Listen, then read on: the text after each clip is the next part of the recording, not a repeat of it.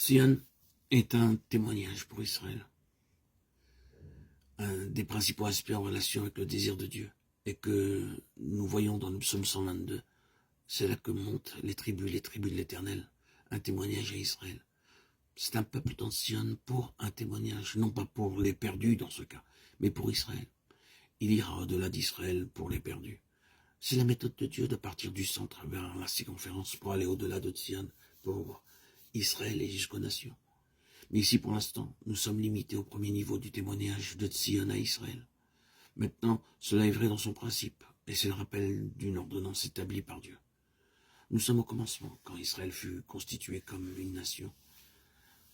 Vous devez seulement regarder un passage dans le livre du Deutéronome. 3 fois par année, tous les hommes d'entre vous se présenteront devant l'Éternel, ton Dieu, dans le lieu qu'il choisira, à la fête des pains sans levain, à la fête des semaines et à la fête des tabernacles. On ne paraîtra point devant l'Éternel les mains vides. Deutéronome 16. Maintenant, vous serez dans l'erreur, bien sûr, si vous lisiez ce passage dans le psaume 122 pour dire que tout Israël allait jusqu'à Jérusalem 3 fois dans l'année, ou même 1 fois dans l'année. Pour commencer, ils ne pouvaient pas tous aller à Jérusalem, ils ne pouvaient pas tous loger à Jérusalem, mais ils y montaient sur la base de la représentativité.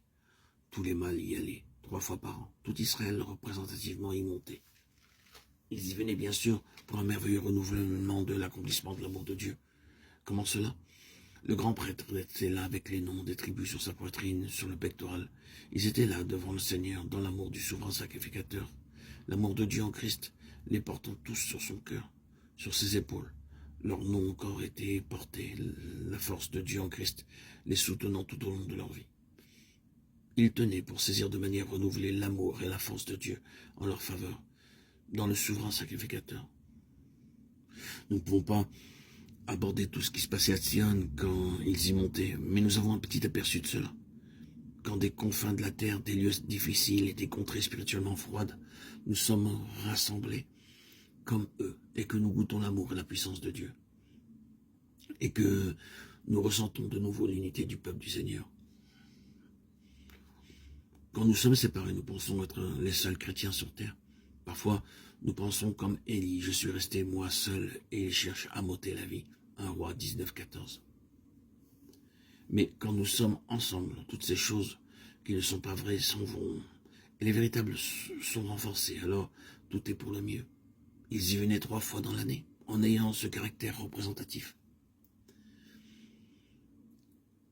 Et ils rapportaient pour tout Israël les biens de Sion, en témoignage pour Israël. Mon propos maintenant, c'est justement de voir qu'ils étaient un groupe représentatif dans Sion. Représentatif dans le domaine du témoignage.